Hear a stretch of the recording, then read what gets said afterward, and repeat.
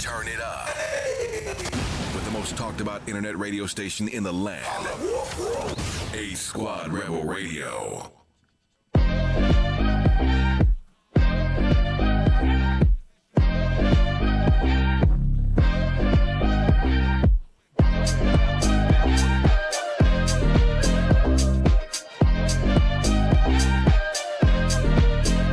Ever since you left me, more money, more cars, more hoes, more shows. Ever since you left me, more diamonds, more gold, more motion, more hoes. I went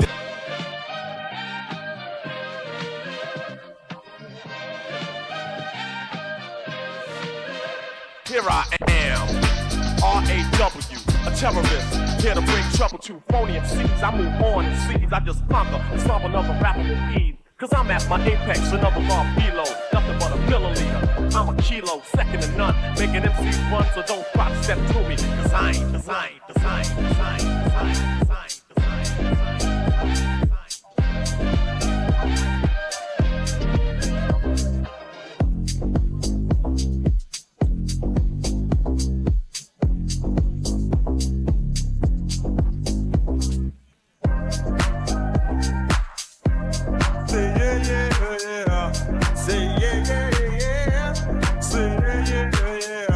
Big and there's something media, a natural born lover with love to give free to your media. So all your big and lovers move over, cause I'm so smooth that you call me Black and Nova. I'm not trying to say that I'm number one, I'm just a smooth operator that gets the job done. So let me lick you from head to toe real slow.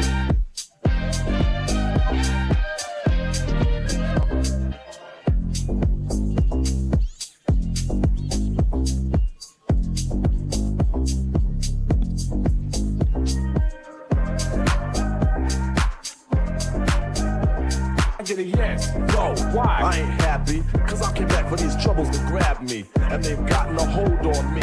My oh my, things ain't what they used to be. Looks to me like Eastside got problems. Now it's time to see what we can do to solve them. Change for the better, letter, new rule being forced in school, so get rid of all the bad apples in the bunch. Clean up the walls and cook better lunch. Put the students in class where it should be. To stop roaming the halls and could we please eliminate the drug situation. Stop smoking and get an education. Point blank, let's change the whole scenery. You need help? Well, hey, lean on me.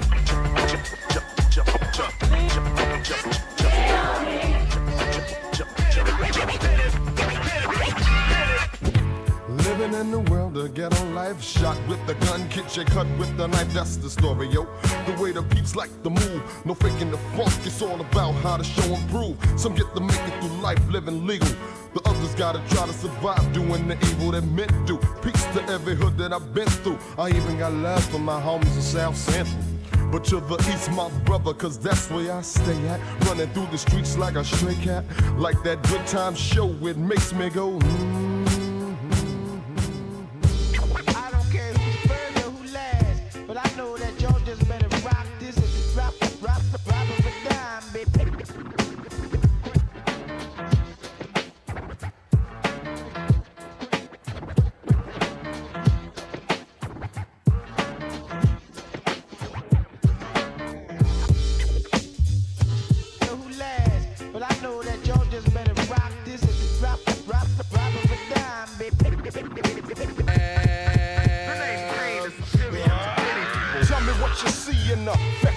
when you check your eyes, baby. Recognize it's the rawest chump to make the verse in the chorus pump. With rhyme skills to be retarded like Forrest Gump.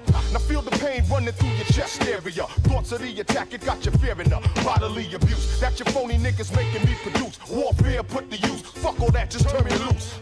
And this is for those that don't know the half. I wanna see just how well you know your math. Now, in case a nigga wanna get out of line, just tell me how many times the 16 go into 9. See, a lot of your rappers like the fun as if you're ruthless. But when I'm around, you make all kind of excuses. Like, I just remembered, Joe, my niece need diapers, kid. Plus, I got homework, Bible study, all types of shit. Booyaka, ain't it fucking true, you know? King Age, you gotta tell me what we're gonna do with ya. One more thing, the next example, one of your niggas is about to be it. Now close your eyes tight, cause trust me, you don't wanna see it. My man, my mellow, get on the mic, cause you know you eat jello. Check it out, y'all. You don't stop, keep on. Well, it's the Kane in the flesh. Of course I'm fresh. Oh, you thought that I was rotten? I beg your pardon. To me, getting paid and getting busy fall together. So a man of my ambiance, never could I be weak. While I'm rather unique, I got style, flavor, grace, and plus a different technique that I be using and not many can manage. So a brother like me, I do damage just by picking up the mic to go solo. I cold turn a party on out, and oh yo, I get physical, mystical, very artistical, giving party people something funky to listen to. And this goes to everybody in the entire world. That means the United States, overseas in the UK, way in Brazil, Japan, Africa, and everywhere else. I just want to dedicate this one to you. Ladies, come on. Give it here. Come on. Welcome to the Violators Radio Podcast, aka The Beat. And hit you with a little Kane. All this Max beat talk about Kane. Kane not being relevant. We gotta let people remember. Come on. It's kind of sad when they forget the legends out here. Come on. Some of the greatest, like Jay-Z, Nas, put him at the top of their list. That's telling you something.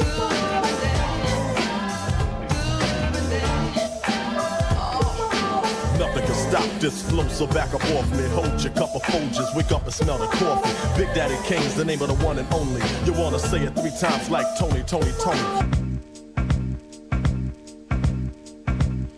Yo, what the fuck, man?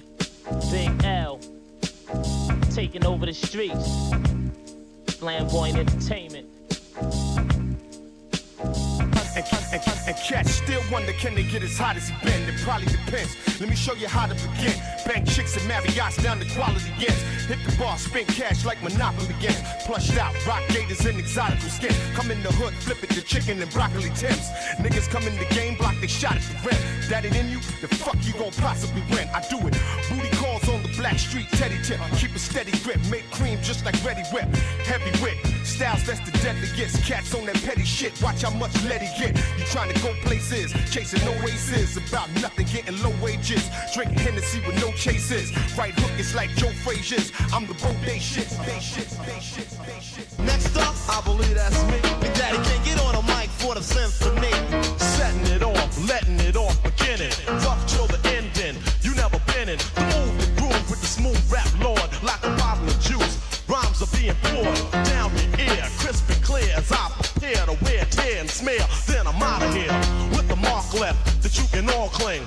Cause rocking a party, yo, it's a small thing. I rip many places on regular basis, and broken down mics were the only traces that I've been there, in there at the party. The mic had my prints, and on it was a body. So take caution, I'm not horsing around in a throwdown clown. I'm taking yours, son. So just acknowledge the way that I kicked it. Cause if rap was a house, you'd be evicted and dismissed from the microphone, choking on a bone. Cause daddy's home. Daddy's home. Daddy's home.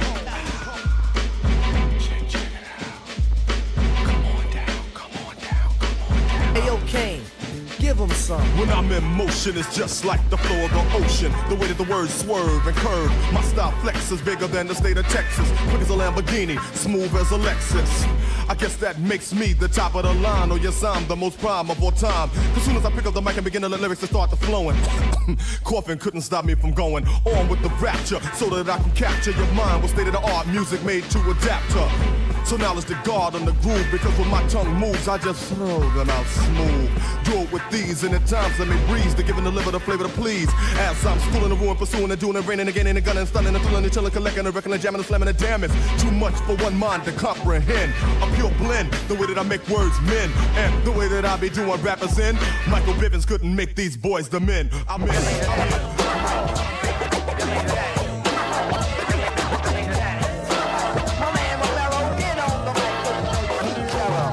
The smooth rapping inventor to enter. Parental discretion is not advised, so there's no need to censor. Kids wanna peep it, but you wanna beep it. What? I feel like slapping a sticker on your chill, say what? Too magical rhymes are too tragical for any source to stop. Came from getting capital. If I thought sticking me was dissing me, man, don't you know that this would be worse than Stephen King's Misery? So clean off profanity, stealing it automatically, rocking any microphone you hand to me. So heavy D, I'm about to disperse. I kick another verse, and don't forget not to curse.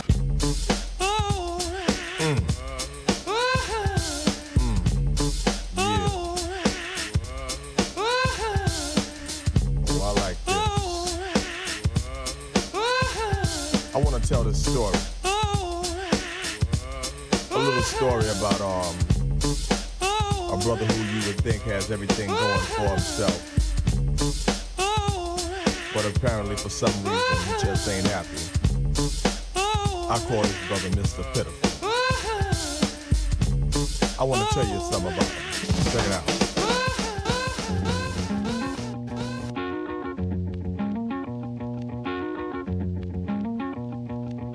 Allow me to propose a toast.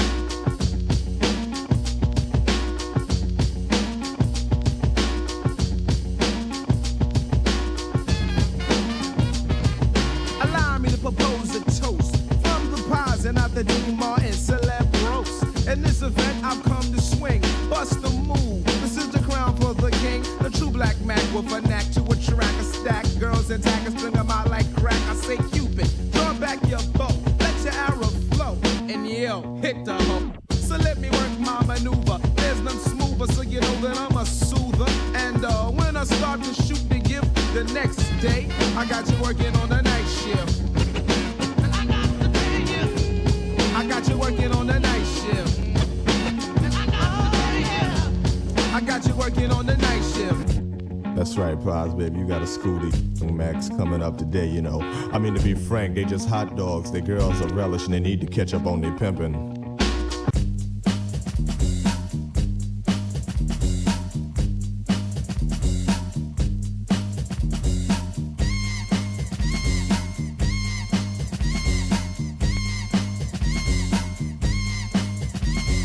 Come, get some, you little bum. I take the cake, but you can't get a crumb from the poetic, authentic, superior, ultimate, and all that good shit. Joy and pain are like sunshine and rain. Sing it now, God's children. Joy and pain are like sunshine and rain. Give it to a raw bass.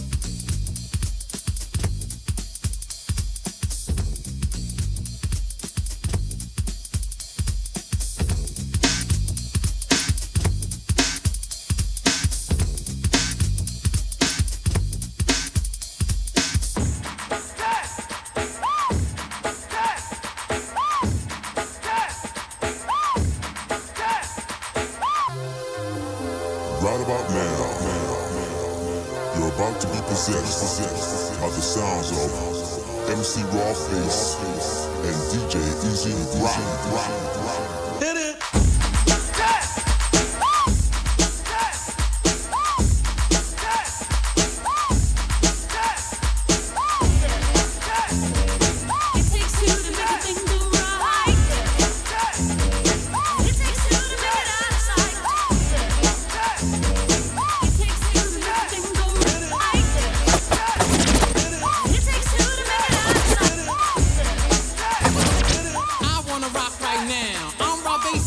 To get down, I'm not internationally known, but I'm known to rock the microphone because I get stupid, I mean outrageous. Stay away from me if you're contagious, cause I'm a winner, no not a loser. To be an MC is what I choose. Ladies love me, girls adore me, I mean even the ones who never saw me, like the way that I rhyme at a show. The reason why, man, I don't know, so let's go, cause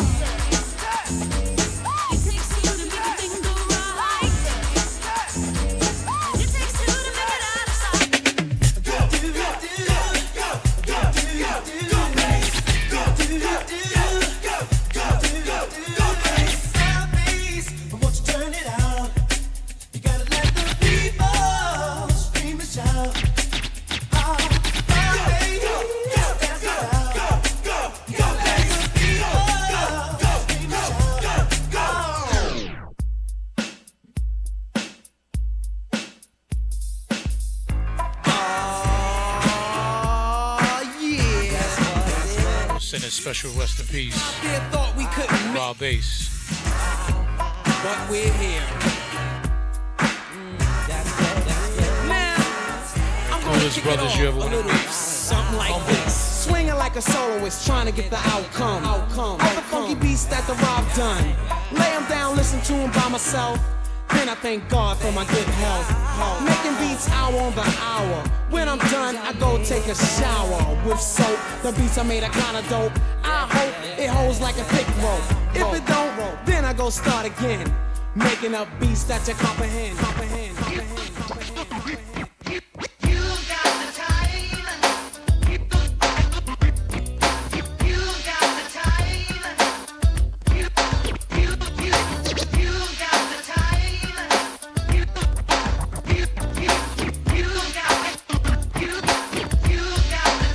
Part 1. Just 1990 motherfucking 1. NWA back in this motherfucker, yo.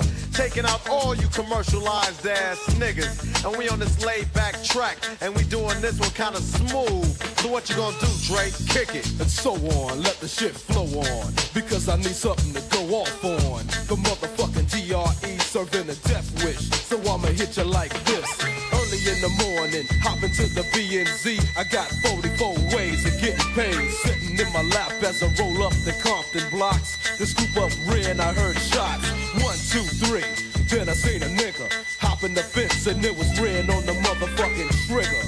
He got in the Benz and said, Dre, I was speaking to your bitch, O'Shea. Roll on, I seen the patrol on creep. So we got ghosts before they beat me and Ren in a black CD. Yo, humping some funky shit by the DOC. I gotta get paid in a hurry. See, I gotta have it if I'm not paid thoroughly. I start thinking, making sure my shit is steady bumping. A nigga always in the sump. Yo, Chubb Rock coming back hard for 1990. Word out, word out.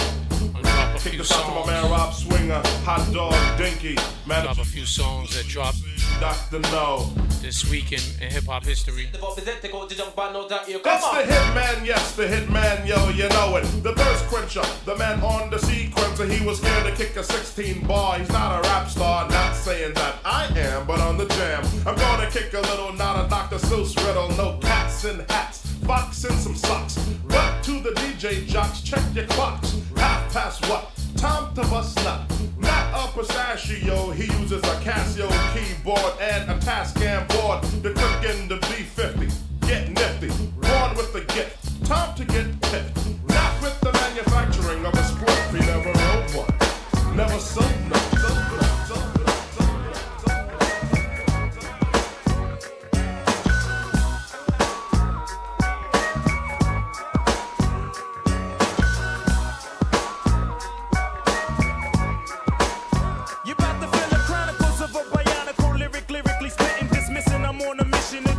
Now it's written and kitten, hitting with mittens. I'm missing, wishing, man, listen. I glisten like sun and water while fishing. Bust the move in this word. Serve words with nerve embedded. I said it word, damn you nerd, man, you heard. Come and burn it, come and burn it, come and burn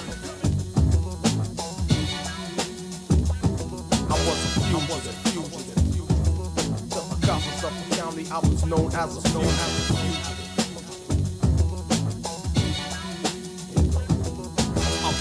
I'm a rebel. In 85, cops tried to catch me, cause all of them said these other men who were bigger than me. Was it cause I'm black and they were WHIT?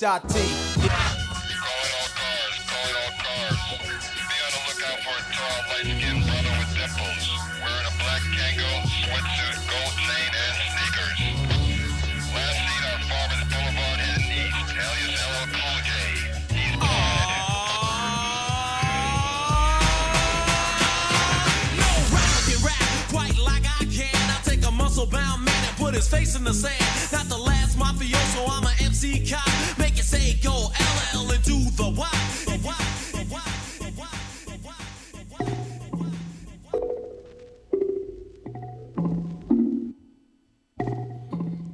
Scan, I'm dropping records that dropped sometime in this week in hip hop history through the years.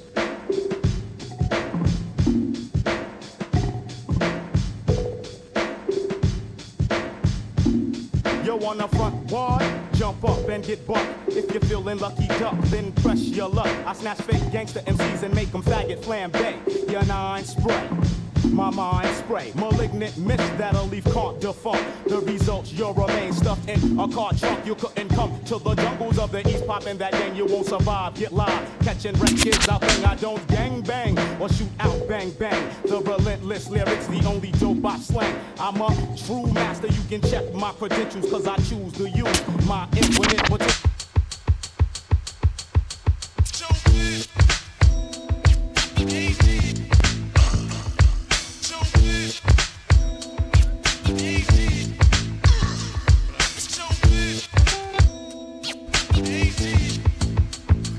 All I see is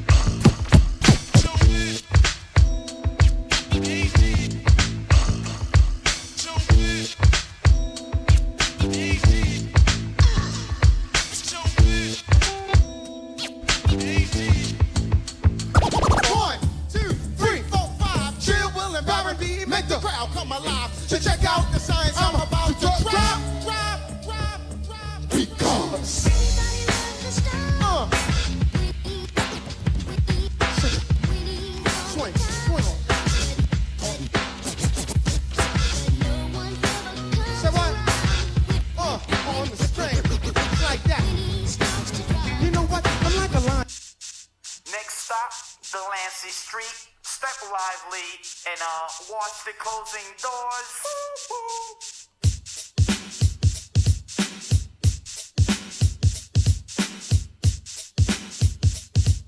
Turn it up. The most talked about internet radio station in the land. People call me Dane, but my real name is Zano.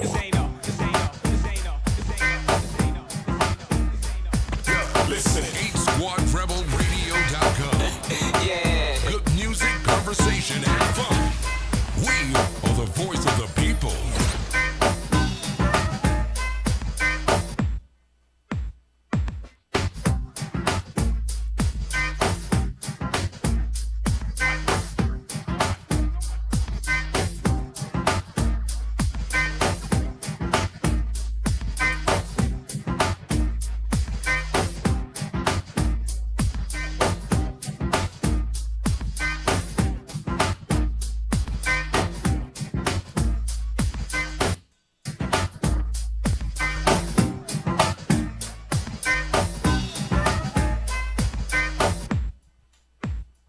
Time to get funky and radical hip as I get to the point. Rock this funky joint. Wait a sec, the teacher's got to check the intellect, but I'm a stepped in, didn't give you it, but give you what? The B, the or, the T, I often come to taste it tough, but must not be just enough to manifest. The fabric, mathematics, black be that of Asiatic, rock the doing, subtract the static, then that you rock into my concept. Now I got to stand for this why civilized it, hip hop rhyme from a black mind, to kicking it to you all the time, ice alarm,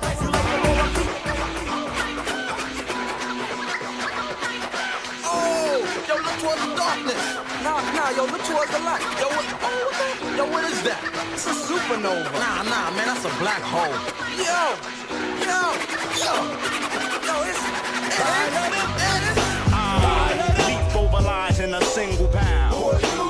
The black prophet, one day I got struck by knowledge of self. It gave me super scientific powers. Now I run through the ghetto, battle it ignorant. He's been trying to take me out.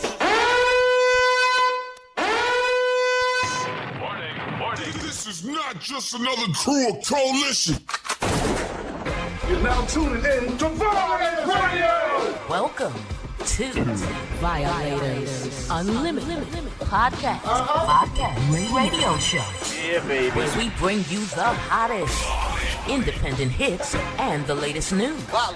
Every Saturday, 4 to 6 on 8 Squad Rebel Radio with your host, Chris Ali. and your Violators lineup. Yeah, man. Hero, Super Dave in full effect. DJ Roll, Friend of the dog. DJ D Smooth, and Down, AK Sneaky D. the producer. We are Violator Violators. Along with special guests. Call 973-392-2299. Okay. Violators. Unlimited podcast. That's right. Podcast. Radio show on X Squad Rebel Radio. Tune in. Every Saturday. Call your friends and tell them it's about to go down. Right now. Violators. We are Violators. Violator Radio. You can lock right here. Right here. Right here. Yeah. Once again, we're back in the building. We're here. What up? These are not fake, what you call that? AI impersonators. We are in the building today, and hopefully next week too. But let you know once again, every last Saturday of the month, except for since this is a 5 Saturday month that I'm here, but every 4th Saturday, I will not be in the building because I have other engagements to do. But this month was kind of crazy for all of us. You know, the LIR strike. Yeah. Had to have people work, and traffic was crazy trying to get here. Taking us about an hour and 15 minutes to get on this side of the bridge. It's actually going to be worse in a couple of weeks. Yeah, so. At the World Cup, at the stadium, at MetLife. I'm gonna have to stay in Zay's house. Work it up. I have to stay here. But listen, we here today. We're gonna have some fun. CJ's on his way upstairs because we did not eat. We was rushing to get here. We had to go to my man Zay's favorite spot on 26th Street. Oh, that's where you were? Yeah. So he's down there trying to take care of some quick business.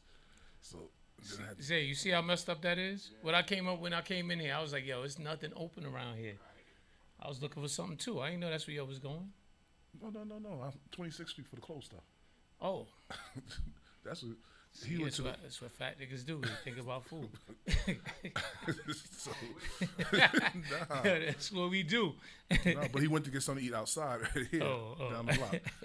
But we're in this building, so listen, there's a lot of things we're going to talk about, but first thing and foremost, we're going to say thank y'all for being here with us. Yes, thank you. You could be anywhere in this world, but you choose to hang out with us for this next 2 hours and better. And you can also stay tuned to 8 Squad Rebel Radio because they got other people coming on after us. So always tune into it. Subscribe so you can get these notifications when anybody comes on at 8 Squad Rebel Radio. So check us out. This is a 24-hour establishment here, right? So there's a lot of things going, especially with my man Big Zay in the morning. Yes, so sir. Always check his podcast out and whatnot. So other than that, we here. I played some raw bass. Yeah. I get a rest in peace to raw bass. Yeah, I see that. And I thought I was living in Brooklyn for a minute. I was riding there. All I heard was Big Daddy Kane. I was like, Big Daddy Kane don't like me too much. So. I play Kane because it's what's out there now is the whole Max B disrespecting Kane, and I had to help people remember that this dude, and I helped them remember by playing some of Kane lyrics over Max B's beat. So did a better job than he did, and those rhymes is 30 years old. But but rest in peace. Raw bass. It made me think about Skip, who's Easy Rock, mad cool too, and then also Yoda. Yoda was their road manager for a minute, so they all back together now. Raw bass was actually supposed to be on the cruise this year with us, man. Okay. So that was. So the whole team passed away? Yeah, Easy Rock died. Easy Rock died a while back. He was the first one, right? Yeah, and then Yoda died. But they had another DJ. No, Easy Rock was the DJ, but Yoda was their road manager. Zulu Yoda. I know was there. Yeah, but they had another. I thought they had two. No, remember it was DJs. Raw Bass and Easy Rock, but they always called Easy Rock was always Skip. Everybody called him Skip. So, but then after he passed, he gonna. No, because I thought it was another DJ, the dark skin skinnier one. No. Who was that was always with him? You told only dark skin skinny person. You thinking about not his DJ. You thinking about not Kumo D's DJ, right? Might have been. Because they all came from the same hood. Evil Lee. Nah, he was slim and short. Nah, he's a Harlem DJ. Can't think of each other. No, but Easy Rock was it. You know, I mean, then they had their little split. You know, they had split up. Right. Well, you know. But yeah. So. But even with that, it just made he actually had cancer. Right. And nobody knew. You know. Right, and that's another thing we always talk about here, that that people don't realize that these artists really don't have no health benefits. You know what I'm saying? They do a lot of these things. I know at one time, actually, God rest in peace, Yoda and them was trying to get the health benefits thing started, along with LG and Rocky. And Rocky rest in McCann. peace to Rick. Remember Rick? That's Yes. what Rick was actually working on. He was trying to help them do that. You know. That was that's what he, you know, because these, you know, and I actually didn't watch. LL actually had a video. He actually spoke on this recently. I didn't get a chance to see it, but I know he was talking about the people talking about kind of judging things by the money they made.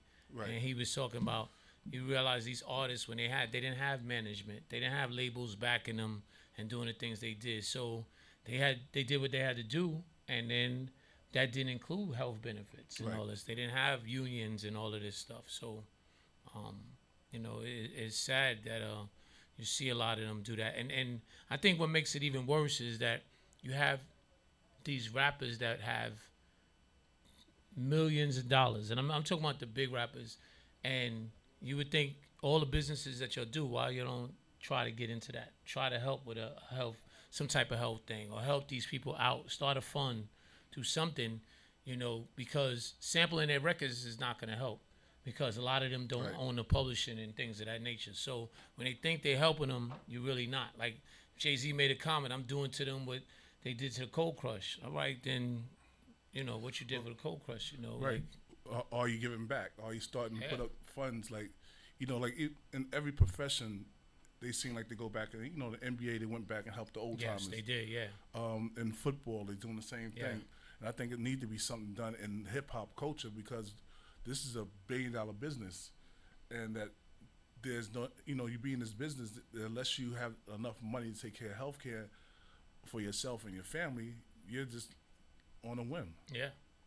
So, you know, and I think a lot of things were said, like LL said that before, and he had said it way back, like, oh, you see us with all these cars and boats and everything. These ain't ours. These are stuff that we got to pay for and rent for to do these videos and these movie shoots. So the life of luxury ain't what you think it is. Yeah. So and then this shows later on in life with the healthcare stuff. Even going to homeboy that passed away from Cold Crush. Easy. AD. Right. So you know he was homeless. Mm-hmm. He was homeless and riding trains until I think either Cass or one of them seen him on the train and took him in and got him back together, got him back on his feet. But a lot of these old artists, you know, they don't have the funds to take care of themselves. Mm-hmm. You know, looking at DJ Hollywood. Yeah. You know, that's right. Been around and you know his health is declining, and he doesn't really have the, you know, I guess whoever, you know, his wife, whoever is with him, he probably on her health insurance, but. You know, these guys, that's all they did. You know, that's all they loved was hip-hop and music and DJing and all this other thing. You know, like Red Alert was lucky because he was with an establishment. He was on a radio station. He was on a show. He's on that they built in benefits for him. Yeah, and they got pensions. The radio allowed them to get a pension. Right, because they was on the broadcast, I forgot the name of that. It's something that they put up, the broadcast something coalition, whatever it might be. And that they help them get their pensions and health benefits and everything else. So, yeah, you got to keep up with that. But, you know, the thing with Max B and Big Daddy Kane, I need you to elaborate on that more or less. Actually, I'm bugging. I said AD, and it actually was JDL. Jerry Lewis. Yeah. Elaborate on the Big Daddy Kane, and so. I think it was $1 Million Game, right? That's a podcast with Gilly and Wallow. Okay. And Wallow had brought up Kane, just talking about things, and Max B started saying that Kane wasn't relevant. Like he's, you know, who's Kane? That, you know, that was before, and Max B started saying, Wallow actually said, yo, he's still doing shows and stuff. He said, yeah, but what has he done? He's not more basically said more influential than Max B said he's actually more influential than Kane is, and Kane is, that was then, but a lot of it alluded to like destroying his legacy. It wasn't just saying, it's like basketball. Like if somebody talks about LeBron and Steph and these players now, and then say, oh, they were better than Dr. J and this and that, people are going to stand up to that for that legacy, right? For that time, they were the best. They had everything that was going on, but those players, the Dr. J's and Kareem, they don't play anymore. So you can always, have your argument for why they're doing more. But Big Daddy Kane still performs. He's still all over the place. And like I had mentioned, when you take the people's, the people's greatest, if you want to say it's Jay-Z, you want to say it's Nas, you even want to say it's Big, all of these MCs said their favorite rapper was Kane, or he was one of their. If he wasn't, he was on their Mount Rushmore. Right. So when you disrespect somebody who everybody feels was the greatest or one of the greats, then you're gonna have a problem. You're disrespectful to the culture and to everything, And it also brings into acknowledgement, like even with you saying Kane and all his peers say he's one of the hottest out there. And then for him to turn around and say, but Cass, and all of them will say Grandmaster Cass is hot, and just to give homage to the old school cats, that's more needed. Mm-hmm. That's more needed, and I think sometimes, I think we'll bring Chris into this. That sometimes I think that we, your name is Chris. That sometimes that the younger generation doesn't respect the older generation where they come from. A lot of times, and I think as we was growing up, I think we kind of did the same to our parents, like the music they was listening, but we had to listen to it. Then we grew to love it. Yeah, and we grew to love it. And I think that some of the stuff that's being said now, like even when I look at older people, like I don't want to go to a 60-year-old party or 70-year-old party, and the birthday person is twerking. Yeah. Yeah, exactly. Because that means they took away from where they was to be into another lane that they're not supposed to be in. So my question to I guess all of us, because we're all in two different plateaus in our life, is that does the younger generation and from both eras respect the older generation or respect what they did and use that as a platform to elevate themselves over that? You know what I mean? Like we always say, we stand on shoulders of the past. Do the young people realize they stand on shoulders of the past for what they're doing now? And is my question. All right. So with the Big Daddy Kane, hello? Yeah, go ahead. I'm on. Yeah. You miss the point that y'all missing is that he started off by saying that he didn't respect Big Daddy Kane because of that Playboy. He was on Playboy. He started because of Playboy magazine or something like that. It was his album cover. And, So then that's when he just wanted to start controversy. I believe he knows he's not better than Big Daddy Kane because he dropped the song the next day off that Bambaataa beat. He has a new song with Planet Rock beat, Max B and French Montana. Mm-hmm. They have a new song. That was only to start controversy so people could tune in. That's what I believe. Well, I do agree with that. That's the whole algorithm thing, right? I do believe that does become a part of it, but you could bring those algorithms without being disrespectful. You know what I mean? You can say, yo, I loved Big Daddy Kane in the 80s or whatever, but the music has changed and this blah, blah, blah. Not that you're better than him. Like Max B actually, then he said once that it was Kane. No, I'm sorry. He said it was Nas, Biggie, Jay-Z, and then he falls in line right behind them. He thinks he's that's crazy. That's crazy.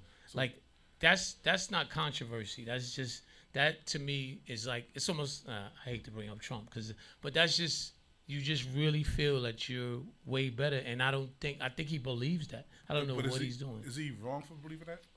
No, he's been saying that. He's been saying that before. That he feels that he's Big Pocket J mixed. I think he's wrong. What do you mean wrong? Is in being confident, or that he's actually that nice because he's actually like garbage truck juice. Like, okay. You know what I'm saying? Like, you're not that good, but so he's good for being confident. Being confident, you can be. Rappers have been confident all their time without naming people, right? You could say, yo, you the best without actually saying X, I'm better than this one, I'm better than that one, right? This is where a lot of beef started because names started being said and they start throwing shots at people. When you're actually saying it and he didn't, so they had Complex had made something. He didn't even make the top 50, which if it was 500, he probably wouldn't even make that. But it was the top 50 in New York, and he walked out because he wasn't in the top 50 in New York, which is definitely, I don't even know if he'd make the top. Honestly, being realistic, the top 200 in New York. So, I think that it's delusional. He's being delusional. I just think it was a marketing play. But for who? He took, for him, the song. He took Bambaataa songs, African Bambaataa songs. But he's been using, that whole Coke Boy album has been using old beats. So it wasn't like he's been doing that, right? So, but why would he use Kane?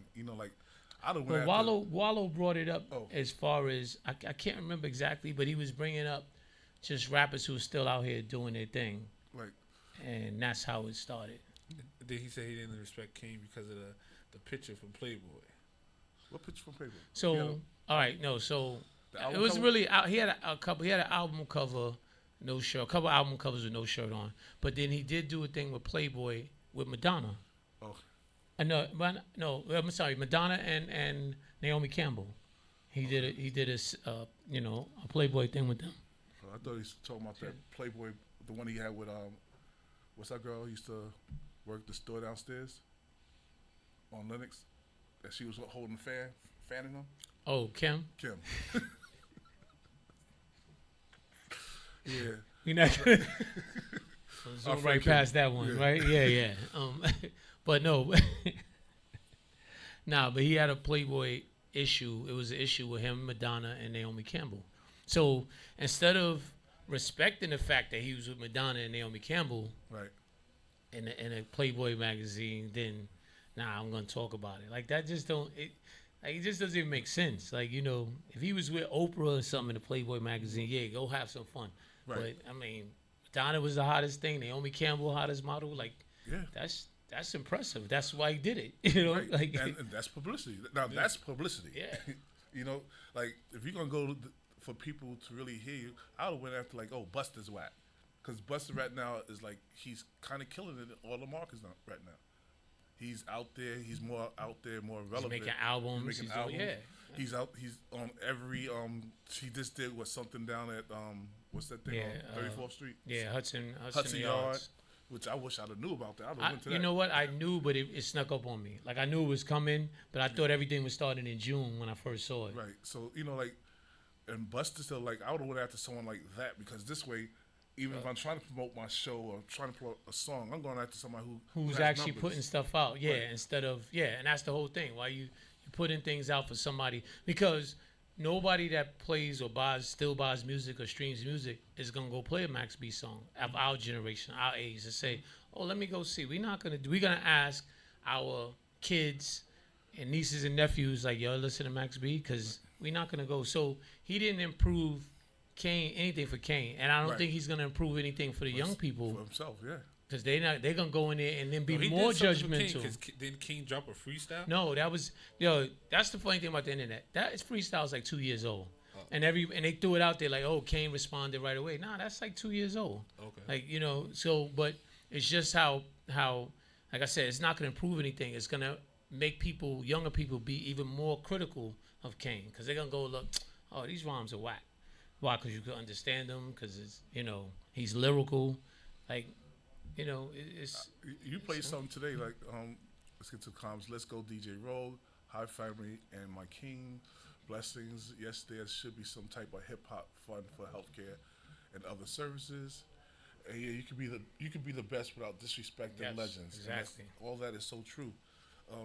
But like just not real quick, Jadakiss said top 5 dead or alive, right? Nobody took that as being a diss to any other old rappers, right? And he even said when he was a rhyme where he was battling 50 Cent when they were going at it, he said Rakim and them don't even consider you. He was saying it. He said I'm the best or whatever. He said, and I'm not even gonna count Rakim and them. They don't even count because you already know that's legendary status. We don't gotta touch them. You know what they did. You know. Right. So you could do in the way you say you could just do things without even disrespecting anyone and keep it going and push yourself. And I was telling Chris on the way coming, I was like, hold up, did you just hear what Kane said? He said, huh? She said, tell your friends he's like a hot dog. Yeah, he said, he said, to be frank, that was on the Positive K record. Right. He said, to be frank, there's your girls are mustard, something. He called them all names, like, to be frank, one is relish, your man's a hot dog, and you need to catch up on your pimping. You put ketchup on your pimping. I was like, and those be like the lyrics you be hearing, what's up, sir? That you be hearing and be like, oh, okay. And just make you think about what he just said. Yeah. And the things that's happening now, and I don't know, I don't really listen to music like that anyway, unless it's, a lot of people's like, well, how are you gonna be in this music stuff and don't listen to music? Because I be around DJs all the time. I don't need to listen to music. Yeah. And some of the stuff that people say, because I didn't know who Max B was. Like, well, I mean, I thought it was one of the girls from Sequence or something. Oh, was the girl's name Maxie something? Yeah, Maxine B. Yeah, it was a Maxine. Yeah, that's who I thought they was talking about. Max B came along with the whole. I don't know if it was before Dipset, but he came around that time. I think it was when they did Bird Gang. He's from Harlem. He's from Harlem. Okay. He came along with Jim Jones and Cameron. He's Mace. He was there, but he was a real street dude. Okay. And he got arrested. He went to jail for was it kidnapping? It might have been murder too. And got like 75 years or whatever, and they messed up the case, and he came home. I think he did about 15 years, something. Okay. So he was rapping prior to that. And when he went to jail, they were putting out a lot of stuff that he did. They were putting out, and that's, some people say, oh, I like Max. And a lot of people said that Max was writing for Jim Jones. Okay. That was the thing at one time. When Jim started getting hot, like when Jim started putting out, records, and they were saying that was Max B stuff, and then came home, but they had a big disagreement and whatever, but he's and he's not a young dude anymore, right? That's what makes it so funny too. Like, you're gonna be in a couple years Kane, right? As far as how people look at it, and don't have no music out, and don't have nothing, right? So and so you're having sit downs with people because of your past. So are you talking about somebody from the past? Are you sitting down because of your past? Yes. So make it make sense. Well, it does make sense. When people lose time in jail, they stuck in the time frame that they're at before they went in. Then if you look at how he dressed, sometimes you think that he's still. Yeah, but then he didn't have respect for Kane, because when he went to jail, Kane was hot. Yeah. So that's the same. So you can't go by that. But like I said, is this something that you got to use to? No one took it as he's better than Big Daddy Kane. Everybody knows, like, it was just promotion, marketing. I mean, you have a lot of young people who really believe that. Like, they say Kane was garbage. I never heard no one say that. Everyone kept saying, like, Max is gonna get himself in trouble. Big Daddy Kane put himself back on when Versus came out, and they saw how nice he was with him. With KRS, yeah. So I don't think people was looking at it like that. The funny thing is, like, every time KRS comes on TV to do something, you got to go on Facebook and check out MC Shammy. Oh, man. Shammy going at him like, he's like, that's my man, but he don't want to battle me. He don't want. He said, see, I'm outside backstage. He walked right past me. Yeah, I saw that too. Yeah, he was rushing to go. Yes, they've been beefing. Like, it just seemed like forever. Yeah, they have, but no, they had buried it. They did a Sprite commercial back in the days, and they, but every once in a while, like, Shane is his own person. Shane could be happy with you, and the next minute he'd be talking about somebody, and then he'd be back to saying, "Nah, that's my brother." Like, he's like definition of bipolar a little, Yep.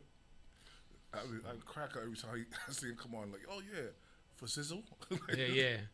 And he'd be like, he don't have his teeth in. He said, I don't care. I'll talk. I got my teeth in. Don't got my teeth in. I don't care. It don't make a difference when I go to the bank account. Yeah. I like this cat here. So, yeah, that was the reason I was playing it, because I just felt it was just and it happens a lot, right? Like recently in basketball, a lot of guys started trying to kill Kobe's legacy. You have some guys saying it, and you hear the Allen Iversons, the Tracy McGrady, all these dudes is like, these dudes is crazy. Like, you playing yourself. Like, Jason Tatum was like, I can't believe, like, he's like, it's so disrespectful. Y'all saying it now that he's passed after everything's worn off. And y'all weren't saying that when he was playing or when he got out. Because y'all know we could go to the videotapes and see how he, like, you know, how he killed you on the court, you know, so. But that's because he ain't here to defend himself. A lot of people do a lot of things, say a lot of things when people was not there to defend themselves. Yeah. And that be the heartbreaking thing. Like you didn't, like you said, you didn't say that when he's alive, or you didn't say that. Like a person walk in the room, you talk about the person. As soon as the person walk in the room, you be like, oh yeah, so what about that? So you change the whole subject because as soon as they walk back out the room, back to talking about them again. And that's why you got to be very careful. People that you lay down with, people that you hang out with. Look, the whole term rest in peace means just that, right? You're supposed to rest. Nobody's supposed to bring up bad things or the negative about what you're doing. Like, that's what they say, let sleeping dogs lie, right? Let him rest without trying to bring up things. For what? For clickbait? That's, you know. Look with Jim Jones. He tried to do the same thing this week. No, with Cam. Oh, he wanted the verses. He wanted to see who really was the star of Dipset. See, I can't even say, because there's no way you can compare them, right? Yes, Jim Jones has been making songs and making some records, but it was Cam. Cam is the one with the slick rhymes. Even when you watch, sometimes he had the freestyle right before his show came on. I mean, he was killing that. People were like, yo, you need to drop an album, you know. But this is just. But I'm gonna say one thing, not trying to be funny.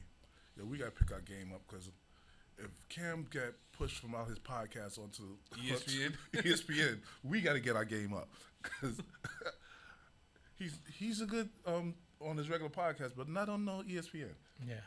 So, but he's getting a check. He's getting a check. So listen, from now on, we need y'all to subscribe. Yeah, like, subscribe. I tell people like, oh, you know, it's enough sports or whatever. I'm like, you don't understand. ESPN is on 24/7, and they have 4 English channels, like ESPN Deportes, and they got all these channels. And then you could go down the line. Well, we live in the Bronx, so you know ours is like, well, my channels start like 570. From like 570 to 590, it's fucking all sports: basketball, football, baseball, ESPN, this and that. Right. And FSF. After ESPN go off.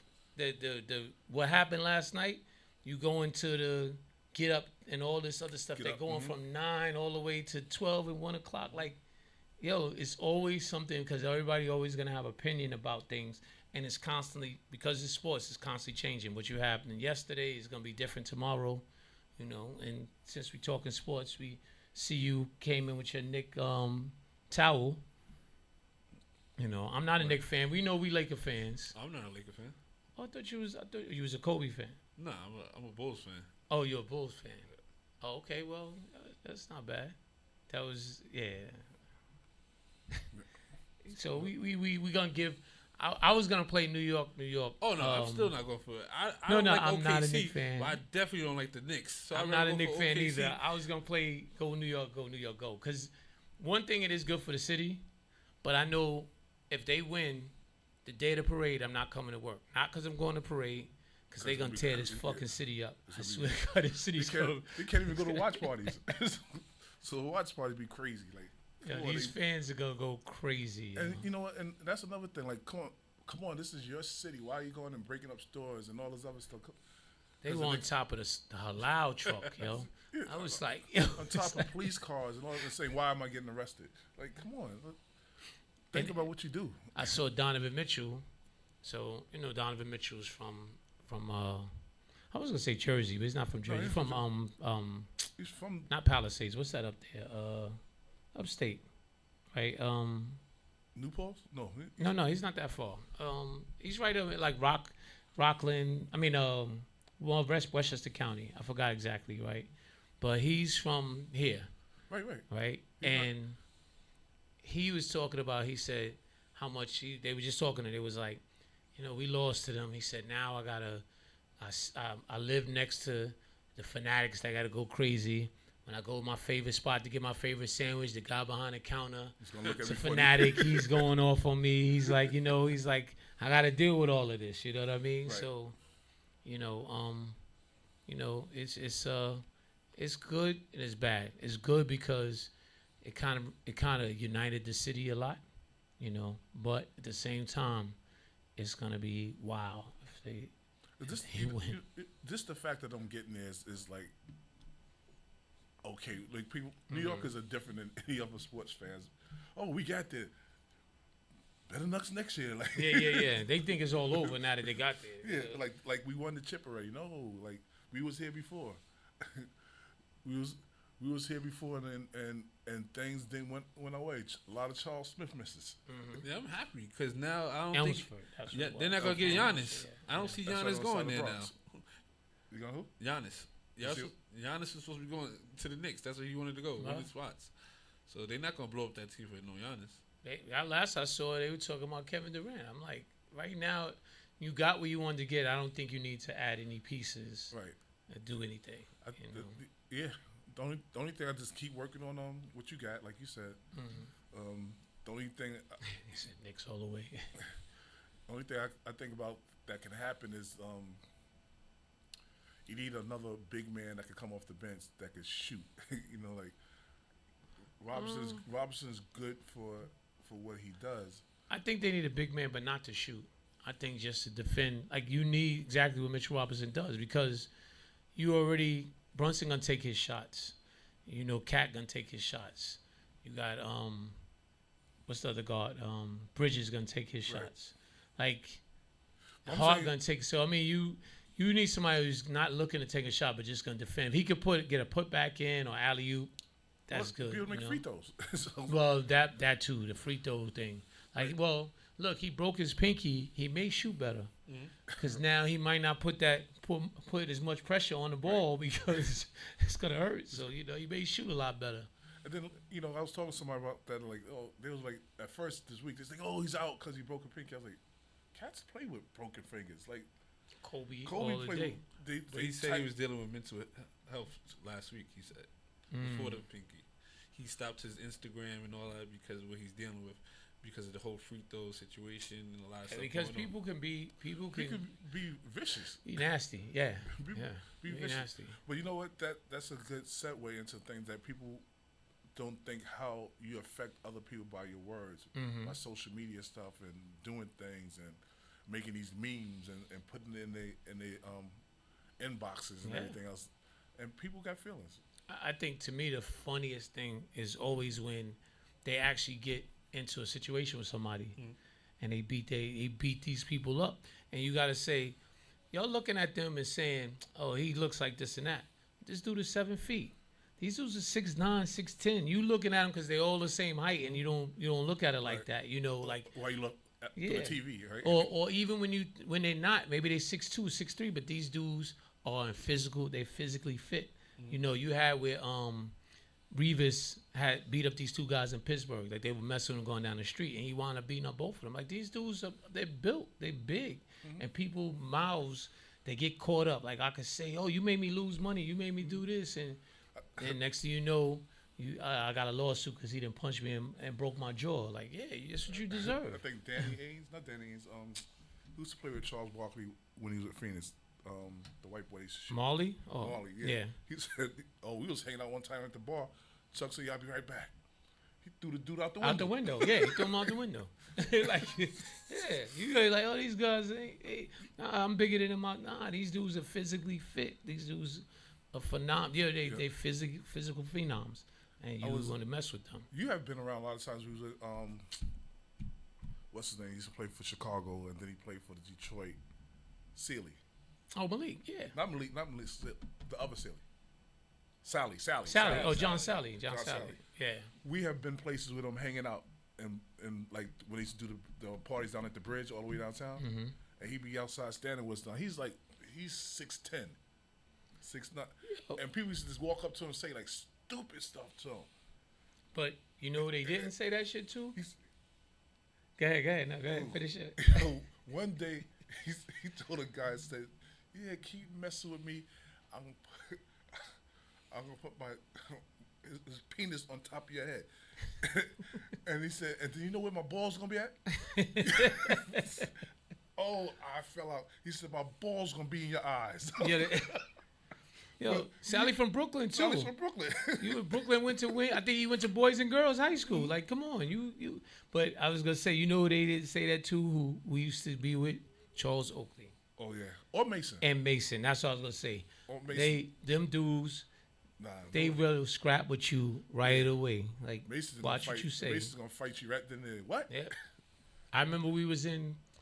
Reggie It wasn't Wells joint. Envy. It wasn't Envy. Like, remember they had a club Envy and they had an L. It was NV, the word NVENVY, and then it was an NV.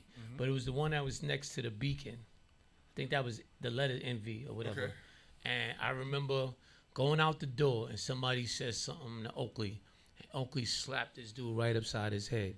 And then the dude like looked up at Oakley. Oakley looked at him like, and the dude, it was like he just did like this. like, oh shit, he really hits back. Like, yeah. It's like, oh, you gotta chill, man. Nah, he ain't gonna say nothing no more. He ain't gonna open his mouth to anybody anymore. Hey, Oakley. And what make you know, the thing about it, what make you think that these players would not, if they ready to fight each other on court, Oakley was always a bruiser on court. Come on. And you don't know, you gotta remember, like, I think it's just because you see them and think, oh, they're this and that, but some of these people come from the wildest, craziest hoods. Like, they you know, they still get it in. I remember when the Marriott first opened on over there near Livingston, right down in once you come across Brooklyn Bridge, and Tyson had lost to somebody, one of these white guys, right? This was when Tyson was like losing fights or whatever, and they were fucking with Tyson, right? So they have the security camera is in the lobby. You see, you know, you have the rope to walk up, you know, you're standing there. So these dudes were fucking with Tyson, and you saw both of them go two different ways. So now you're looking at an empty screen. You just see Tyson go after one, and you're looking at the empty screen. Then you see Tyson run past the other way. He ran to catch the other dude. He beat both of these dudes down. Like but you don't get to see it. But they was fucking with him. And Mike, like a fucking pit bull, went after both of them. You know, like. Yeah, so, you know, just because they on what's called don't mean that you could just say do whatever you want to do. Shit, not too long ago, Mike beat somebody up on a plane. Remember the dude was fucking with him? So, yeah, like maybe like 2 or 3 years ago. And he was fucking with Mike, and Mike started fucking hitting this dude. Like, yeah, listen, you ain't gonna just say whatever you want to say to people and think that someone's not gonna do something. What place? You got to also remember what kind of where you at in life at that point. You might just had an argument with your wife or whatever, some crazy shit. And who knows what happened? You know. Yo, I was at work either yesterday or Thursday. This guy was driving a pickup truck and had a hookup to the back of it. So somebody jumped in front, cut him off. He had to stop the truck short. Blah. He jumped out that truck like, yo, blah blah blah. He's beating at the dude going, you know. He's clear, people. He's going like this, looking at him. He's like, oh, you know what? Your windows open. I'll slap the shit out. He's like, the dude going like this. Yo, he went and grabbed the door and the door open. He said, see how stupid? He didn't lock the door. He didn't lock the door. I was like, oh, he would have jacked up. It was like 2 things could happen. Either he got jacked up or homeboy had he shot him. Yeah. And I was like, yo, like you said, you don't know where people's mental is at. Mind is at. Don't know where they're at. Yeah, you know. I remember. So the 34th precinct, right? That's like right on 181st in like Amsterdam or something like that. This was some years ago. So this cop got off of duty, whatever was going on, went home, killed his family and killed himself. He lived up in Westchester County somewhere. Drove home from there, got home, whatever was going on in that little 30, 40-minute ride. Killed somebody. And I always used to say, what would have happened if he would have had make arrests 15 or 20 minutes before he actually got off the clock? Like, you know what I'm saying? Because he obviously, this was some anger built in him that was bothering him, and he just couldn't take it by the time he got home. So imagine somebody would have cut him off going home. What he would like, it's a whole lot of things before he even got to that point so you never know what somebody's going through, you know, and what they contemplating, and you just happen to, now you want to fuck with them. Like, okay, you know. Yeah, and that's the, you know, mental health, a lot of people don't look at mental health as a real thing. Mhm. Like they just think, oh, he'll get over it or she'll get over it. Listen, somebody's been through disease. It's a disease, and after you wake up and clear your head, then you're like, oh, what did I do? When people say they blacked out, when people tell you I blacked out, I don't remember nothing, they blacked out. Believe me, they blacked out because they can't remember anything. You have blacked out, and that your mind just went on overload, and you just gone. You ever notice when somebody gets stabbed to death, it's never like 2 or 3 times. Oh, they stabbed them 40 times, 50. Like, that's somebody who's blacking out, and they just you know. But statistically, they're saying that's someone who's blacking out, and personal. this is personal. It's personal, yeah. It's so personal. It's personal. Yeah. And I was like, how do you get that to be understand? You stab somebody 40 times, and it's personal. You stab them once, it doesn't mean nothing. Yeah, exactly. So, you know, just looking at that, you know, you got to be very careful what you do and how you deal with people. And how do y'all feel about now the Kevin Hart roast? Oh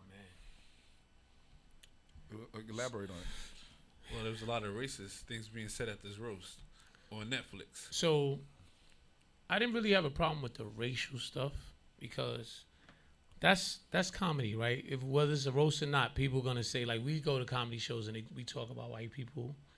Probably sure that they go to white comedy, they talk about black. Like that's part of it. What I felt was distasteful were the George Floyd comments and the comments on her husband. Yes, it's not Adele Givens. I can't think of her name right now. But Cheryl Underwood. Okay. Her husband committed suicide some years back, and they brought that up. And Pete Davidson, because Pete Davidson's father died it was a firefighter, I think, in 9/11. So they made those type of comments that I thought were kind of distasteful. It wasn't like they were really like bad, like with George Floyd. That's still too new to people. And then they said something to Cheryl Underwood like, oh man, it must be hell marrying you. Look, your husband couldn't even take it. He killed himself. Like, you know what I mean? Like, it was, they were bad. And it's just, well, hold on. This is a Kevin Hart roast. So when you they roasted Cheryl Underwood mostly the whole show. So what happens? These roasts. Yeah, but the roast, you roast the person you so for. they don't roast like they used to, right? Like, right, they just go and start roast whoever's. If you saw the roast one time with I think it was Shaquille O'Neal, but I forgot exactly who it was. But it was Jamie Foxx. It was a comedian. He was bombing, and Jamie Foxx was in the background, like, this is your conscience. Like, wrap it up. Like, he was joking about him because, in fact, it was a roast about Emmitt Smith. He was roasting everybody but Emmitt Smith. Like, he went down the panel. And from then on, I started seeing roasts where they would roast everybody on the panel and then roast the host. So now everybody gets up there and talks about everybody. Yeah, you know, and there's no more Dean Martin host. Yeah, they did it. They did it to Tom Brady. They did it to Tom Brady show. They, you know, and no, but Tom Brady, they really didn't do it how they were supposed to do because he told them. He told them not to. Don't talk about my wife or Robert Kraft. Yeah, Robert Kraft, and supposedly Kevin Hart said, "Don't talk about my kids." Mm-hmm. You know, whatever. But it was bad because. It was so bad they said that he called Steven Jackson because Steven Jackson was close friends with George Floyd. Steven Jackson used to play in the NBA for the Spurs. Right. Mm-hmm. You know, he has the podcast with Matt Barnes. And he said the first thing he said was, you know, I didn't write it wasn't me, like I couldn't control what it was, but, you know, this and that. And Steven Jackson said, I wasn't mad at you. I was mad at what was said and how it went down. But I know why you didn't get up and stop it. Like, it was bigger than that. You couldn't just say, no, stop and do whatever. You had to just keep rolling what was going on. But I need to be able to tell his family something. Right. You know, because I got to look at them and they're going to say, well, why, you know, y'all supposed to be cool. Why you say this stuff? So it's been a lot of talk about what was said. And it was bad. Some of the stuff was bad. Yeah, it was bad. You know, I mean, even Pete Davidson, it was like stuff where like, let's say it was talking about something that went under or something, you know, let's say he said company. He said, well, it wasn't as far under as Pete Davidson when that tower fell, when the tower fell on him. It was stuff like that. It was bad. It was stuff that you should have got a Will Smith slap. Yeah. You should have got smacked. You know, and everybody got on Kevin Hart because they said, yeah, you didn't say it, but those jokes also were coming across the teleprompter. And some of the comedians were even saying, nah, pass. You heard them saying, nah, let's get past that. Like, they weren't saying certain things. These is other people that wrote these stuff for them. Yeah, I think that's what happened. Because you had some people that weren't comedians. You had Draymond Green. You had Lizzo. Mm-hmm. You had a lot of people who weren't comedians up there as well. Oh, so whoever was the producers or writers of this wrote this. Yeah, you had a lot of comedians and a lot of non-comedians. And that's another thing. Like, you have people writing these things for you that they wouldn't do it themselves, but they'll get you to do it. Mm-hmm. So you become the fall guy for it. And because you read up. Yeah, that's. And all they kept saying about the one guy that they kept calling gay. I didn't see it. Actually. Oh, you didn't see it? Okay, it was one guy that kept saying stuff like it was I can't think of his name, but he's already controversial, and all they kept saying was, "Well, I didn't expect no less from him," like, you know, because they were already saying that he was a little racist and everything. So, okay, because I was trying to figure out what you was talking about. Then because I was like, oh, you talking about everything that Rock was saying, but the Rock was part of that too. The Rock too. Rock was on there, yeah. Because he said something about Draymond Green. Yes. And that's the only thing that I kept going over and over. I guess like when I seen the NBA, something they brought that up. Mm-hmm. That he's the only person that got two messed up names. I was like, wow. Oh yeah, he said that his family was his mother had two boyfriends or whatever. Tony Hinchcliffe, that's the guy's name. Tony Hinchcliffe. He said a lot of racial stuff, and they said all they kept saying was it doesn't surprise me. So y'all allow that, you know.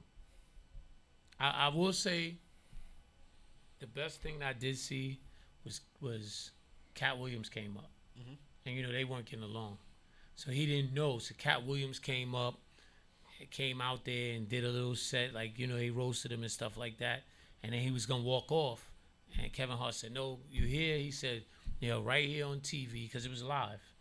We're gonna bury this hatchet," you know, and they hugged it out or whatever, you know. So. And what was they beef about? It was something. If I'm not mistaken, it was on Breakfast Club. How Kevin Hart said that Cat Williams was a little bitter. How he said that he was supposed to be. Cat Williams was supposed to be what Kevin Hart was. Like, he had everything. He had the chance, and he just didn't take it or whatever.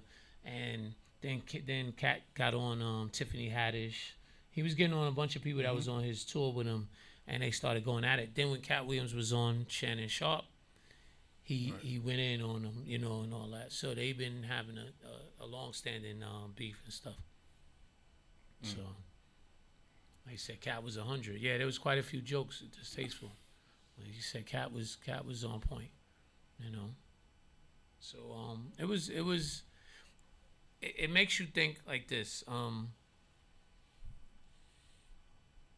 Are you willing to do anything for $1? Are you willing to sell your soul for $1? Right? Netflix was paying these people to come out there. Even Cat said that. Yeah, he said, yeah, Netflix paid me enough money to come out here.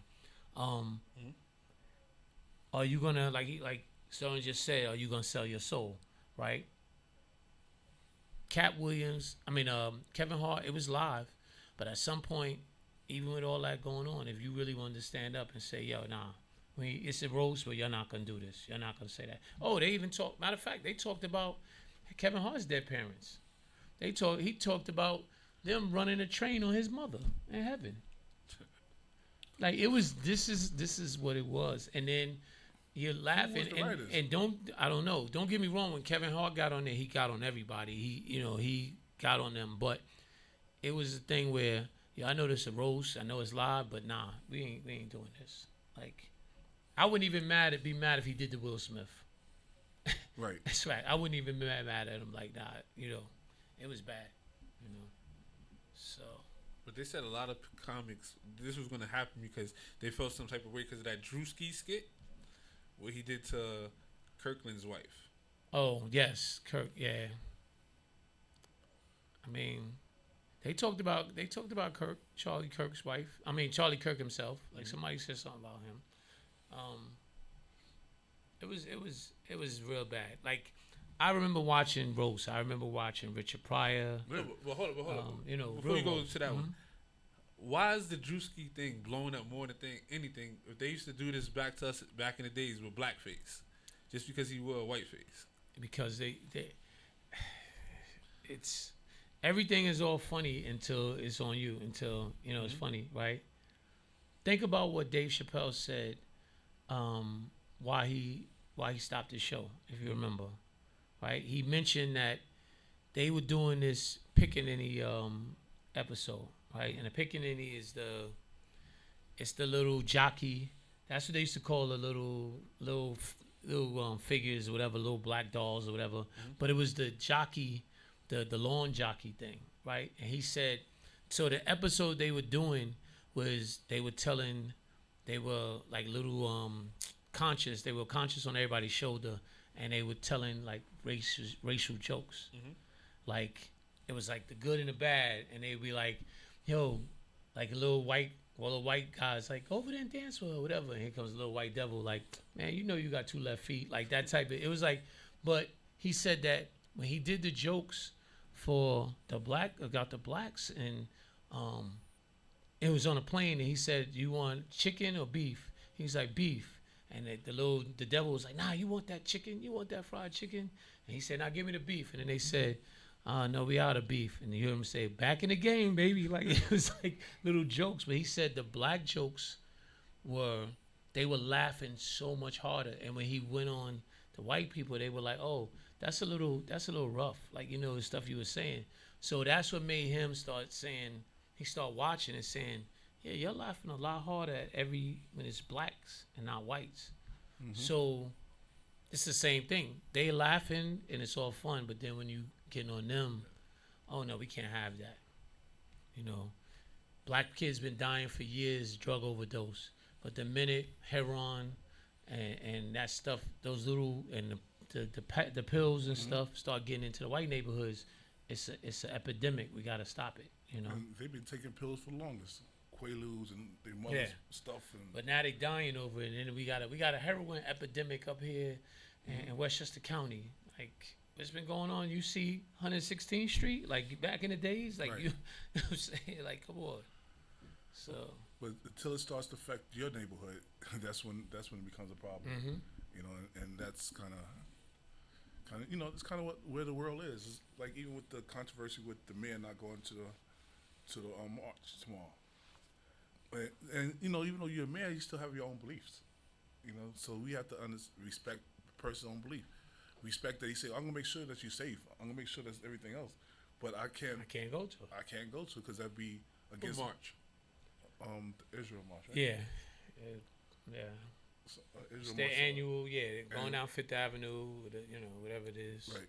So every mayor has been on this march, right? And they go out there, they dance with the Jews and everything else, Jewish people. And a lot of things he doesn't believe in what they do there in Israel, so he said he doesn't want to participate in it. But I'm gonna make sure. The police commissioner is going. Senate representative. Yeah, well, she's Jewish. Yeah, that's what she said. So Senate representative, like, I don't. Right. My deputy mayor be there. Like, I don't have to be there. I have to be at it's a lot of parades going on. I don't see the mayor at all the African Day parades. Yeah, I haven't seen I don't remember seeing one. Not even a black one. Dinkins came. Dinkins came, but not Adams. I don't remember seeing. I don't know. He probably was, but Adams didn't come to the last one. It was. We was out there, man. We was still out there. Adams didn't come. So he has the right to choose and pick which parade he goes to. Yeah. And you can't condemn him for that. But I think, though, if you have beliefs, it should go across the board, right? don't get mad if I don't believe in same-sex marriage and all this stuff. Don't get mad when I don't go. But that is gonna be a controversy. So he's gonna go. Like, to me, I always find it hard to say that you believe in the Bible and things and that when the and I don't want to get religious, but the things that are mentioned when it came to that immoral part, the same sex, it was always a bad thing. It was always something bad, right? Yeah, in the Bible. But you believe in the Bible, and that's your beliefs. You can't fault them, but don't fault me if I don't want to go there. Right. And I forgot the basketball player. They got mad when he didn't want to wear the rainbow on his jersey, rainbow flag. He was a whole big deal about it. He's like, I'm not wearing it. I don't believe in that. And don't just respect it and keep it moving. You know. Even with one of the twins that came out. Oh, the Collins. Yeah, the one just passed away. Rest in peace to him too. Yeah. You know, and how scrutinized he probably was during this time, and then to finally come out while he was still playing. Yeah. It was a big thing. But you know, I always feel like things like that is not surprising to people around him. People around him know, like, you know what I'm saying. You on the road with this guy. You somebody even said that. They said because we were like, oh, we gonna go get a bunch of girls or whatever, and he was like, nah, I'm chilling. Like, he kind of like you know. You know what someone's into, and you never see him with no girls. You know, and those things can happen. Look how long Latifah went without saying. But we knew. She was like that. Yeah, you know. Everybody knew. Only person that didn't know was Rodney. I knew he was gonna say Rodney. Yeah, she was in love with Rodney. I think I can. Yeah. All right. Yeah. I think I can. So like we knew Latifah, like it was wild, you know. Now it's out. The Brat. We kind of everybody knew this stuff, you know. It's just and imagine people that's really in the inner circle. Like, listen, you know, sometimes like they had at school they had this organization called PFLAG, right? So they deal with that community, and they came and spoke to the kids about things about using words and what these things mean, right? And you know, sometimes kids, if you don't be real and give them a real story, they just look at it like, that's not happening in my neighborhood and whatnot. So when I had to go and be in two of the classes, so I go into two of the classes and say, you know what, these words is things that I don't appreciate saying around me either, right? I don't appreciate people saying gay and everything else because I had a son that was gay, right? And I said, and understand something, he waited a long time before he was able to tell us that he was. But sometimes you can know, you can feel, but then sometimes they try to play it off to do something else to satisfy everybody who's within them. Yeah. Right? And especially with his grandmother, his mother's mother, he had to prove to her because of her religion that he was not like that. So imagine his whole life he had to live a lie. And then when he finally came out, he got black sheep because of how he really feels. So a black ball? You know, through his family. So a lot of things that happen, like you got to be understanding and understand how these people are going through. Like you said, going back to the jokes on the podcast, and you know what you call about his father dying in 9/11. Like that's not a joke to be joking with. Yeah.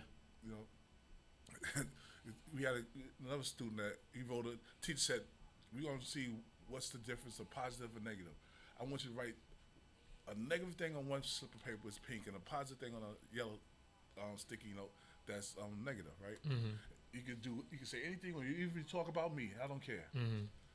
So this one student, and I keep telling him, stop doing things that you're gonna think that get yourself in trouble. He wrote, "I hate these bitches, and I'm gonna shoot up the school."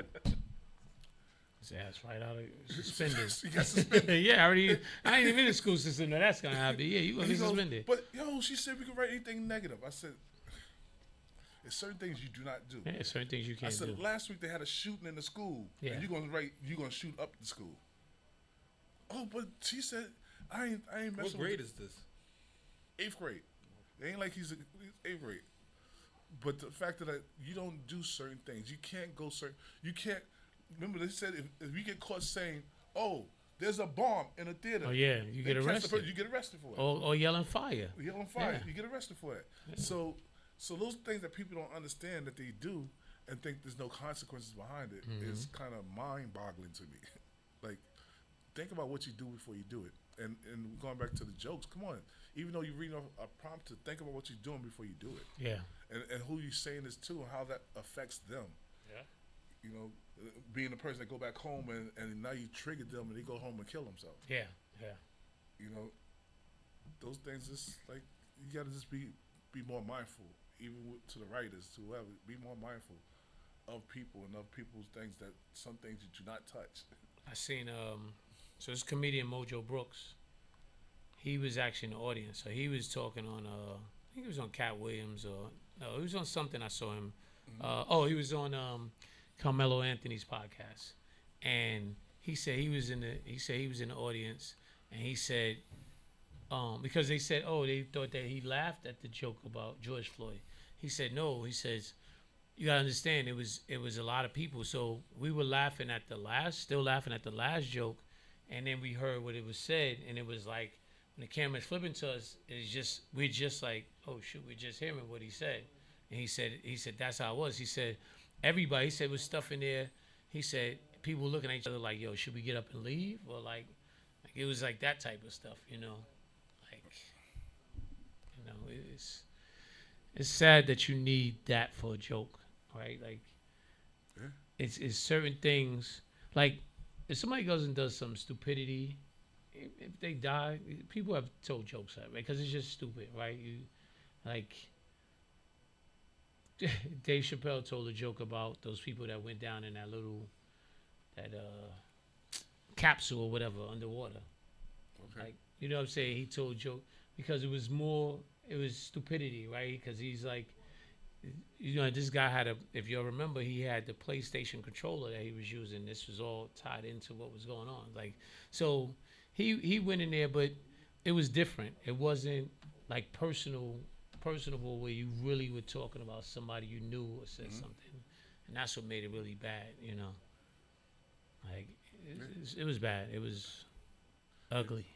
Yeah, like I said, where are the boundaries? Where are the boundaries? Didn't someone confront Jake Paul about that? A joke he made? I think sometime back. I don't remember exactly what it was. I do vaguely remember that. Because he was talking about, he wanted to do a black face. Yes, that's what it was. Yeah. And they told him, don't do it. Yeah. Yeah, you'll get hurt doing that. Right. But that's like the same thing with like, you know, from what you're just saying, I don't take what Brewski did no different than the Wayne brothers doing White Chicks. Right? Mm-hmm. The movie, it was a movie. Yeah. It was a movie, it had laughs and it had everything else in it. So it's the same skit. He looked like the same person from White Chicks. He did, yeah. So I don't see no bigger difference of that. But, you know, he did a white chick. Mm-hmm. He did a white chick that had blonde hair. You know, this the situation. But then, I mean, I look at it like, but your husband was fucking racist. You know, I ain't gonna call him a piece of shit. He's dead, but he was racist. He said a lot of racial stuff and started a lot of controversy. And he really didn't give a fuck. You know, he basically called us everything, lazy, this and that. So if he wanted to make jokes or whatever, I'm not gonna be mad at that. Like, he didn't. He portrayed her. He didn't portray Charlie Kirk. You know, he was doing the wife. You know, so. You know, and that's even funny because being a counselor, and I had so up in Harlem we got Chinese kids going to high school in Harlem. So one of the I think he's a 6th grader. He's in middle school. He did the swastika. Right. So I had to bring over. They was like, the teachers like sending us this, and you know the teacher they did it in front of. Was it a Chinese kid, sir? Huh? Chinese kid did it? Chinese kid did it. But he was doodling. Oh, okay. And did it. Yeah. But the teacher last name is Schwartz. So they like, you know, they called me to come down and speak to him. So I go upstairs, like, all right, we're gonna find what's the meaning of this symbol, right?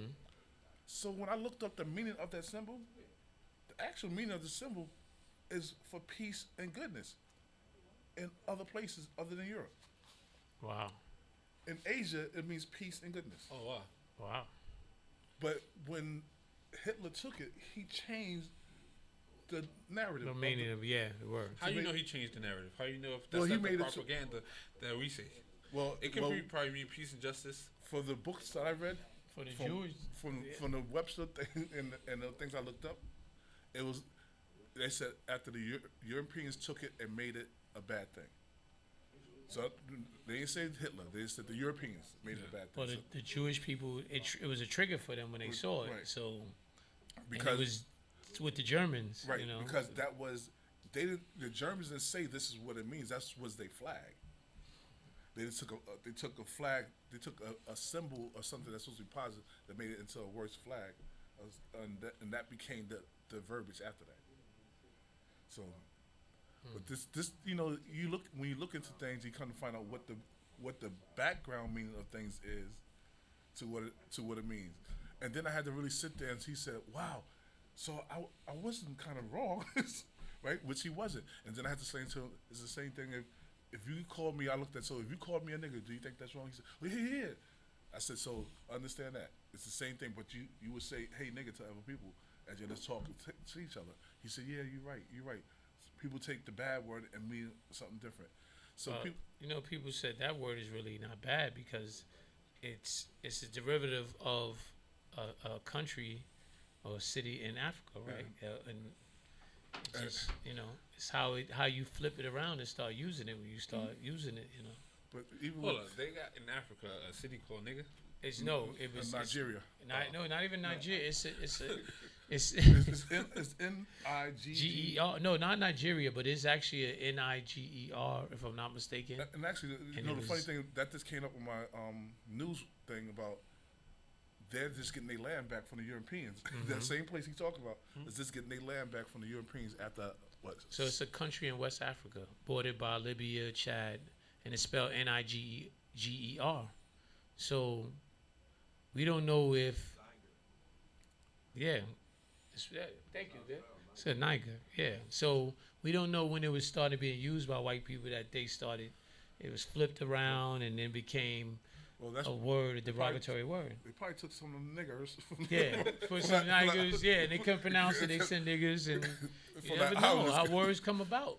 That's where you land from. Because you ask black people now, they've changed it. They flipped it back. We've taken it as a term endearment, which is crazy. You didn't land on Plymouth Rock. A nigger land on there. So you never know how people change words up to change it to something else.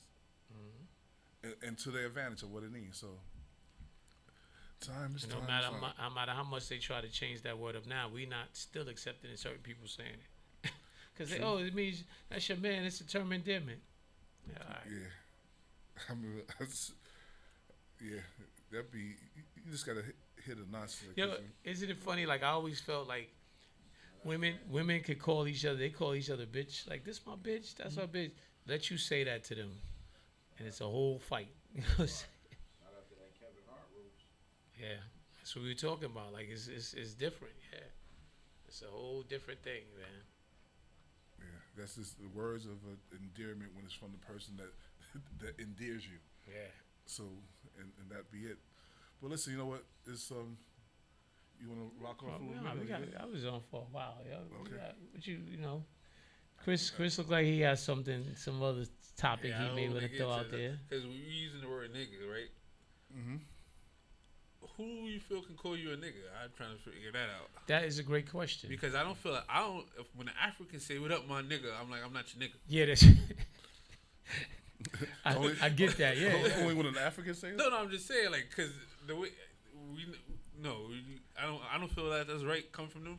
I don't feel that's right coming from anyone though. But that's true. I think.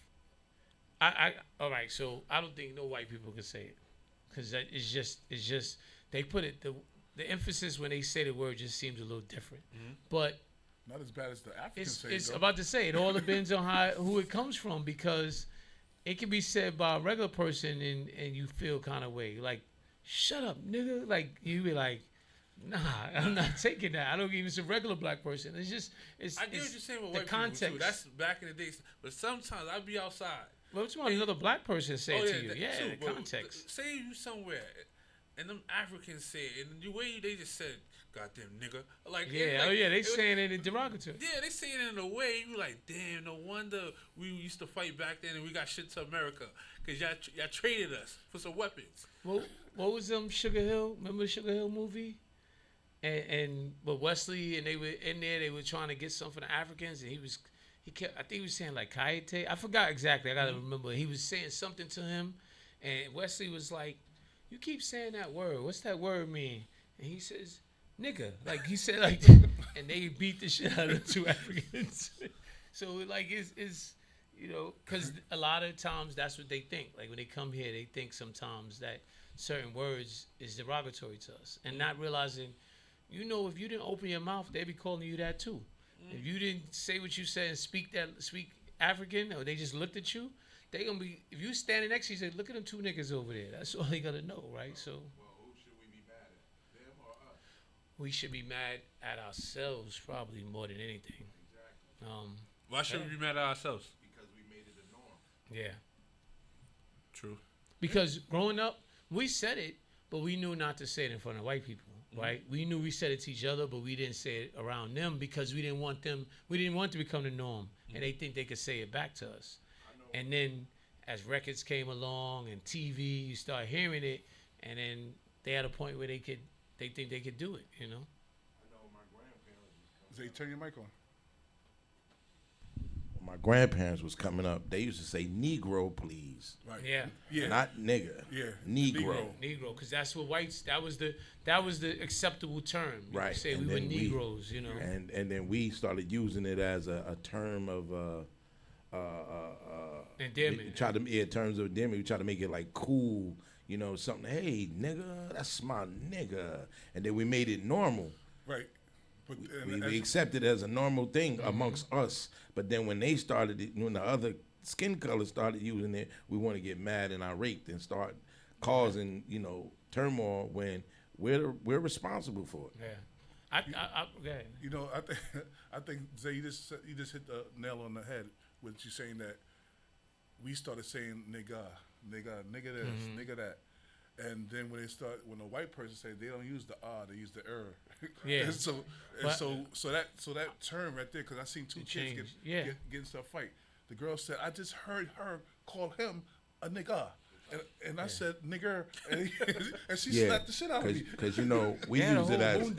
Because think about it, Chris. You're right. Because we use it as slang. They use it as proper English, like try to make it proper. They had a whole Boondocks episode where the teacher said it, and they got on him, whatever. He was like, "But I was using the A." He was like, "Riley do it all the time." He was trying to explain it or whatever. But the thing is, it's funny you said it, because to me, I'll get more offended if a white person called me Negro, and if they call me nigga. I would get more offended right now, because to me it's like they taking it back to the fucking 60s. Like you're just a Negro. Oh no, I'm nah. It's gonna be on. Man, Nate from upstate. What's going on? He said I don't believe that all black people come from Africa. Like, I'm not an African American, I'm a black American. That's up for debate, because before they came to America, they came from Africa. But I get it what he's saying. I don't think it's cool though we adopted because they didn't. That's a good conversation. That's what I said. He got a point though. Yeah, I can agree with.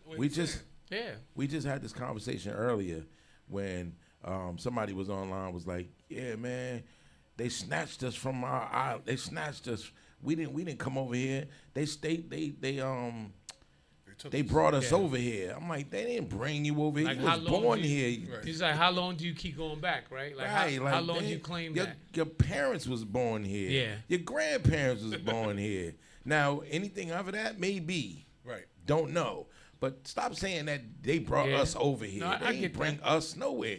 But now let me say this though. Same argument, right? Mm-hmm. Other races do it all the time. Like if you came from Europe, or if you came, no matter how many generations, they're not gonna let you kill your culture. They're gonna always do that, right? Mm-hmm. Asian, they're gonna still. You go to Sunset Park in Brooklyn. Majority of the signs are in Chinese. Mm-hmm. Right. They just telling you, dude, we're gonna keep our culture right here in America and put streets up. You don't even know what they are and what they say. Like, they still gonna. So they don't let you forget it, even though they're here, and they're not gonna let their kids forget it. That's why you have Chinatown and all these places that we're not at, you know. Well, so. I think, and Chris, you had brought this up a while back because you asked that you said something when we were talking about African Americans, and you said I'm not an African American. You had brought that up like 2 months ago when we first started coming. So that's a good topic for us to go back into.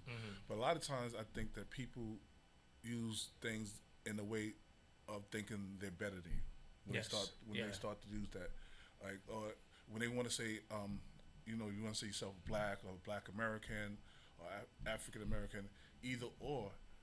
Anyone from that's still black that's not born here in America, they still downrate that as still calling us lazy. Anyway, how you put it, no matter what. Yeah. Anyway, how you put it, they say that we are a lazy community within ourselves. True. That we don't want to get out and work, we don't want to do nothing, and we look at it. And I think sometimes we do have people that's within our culture that is lazy, that is trying to take advantage of certain things, to get, and you take care of certain things to get ahead.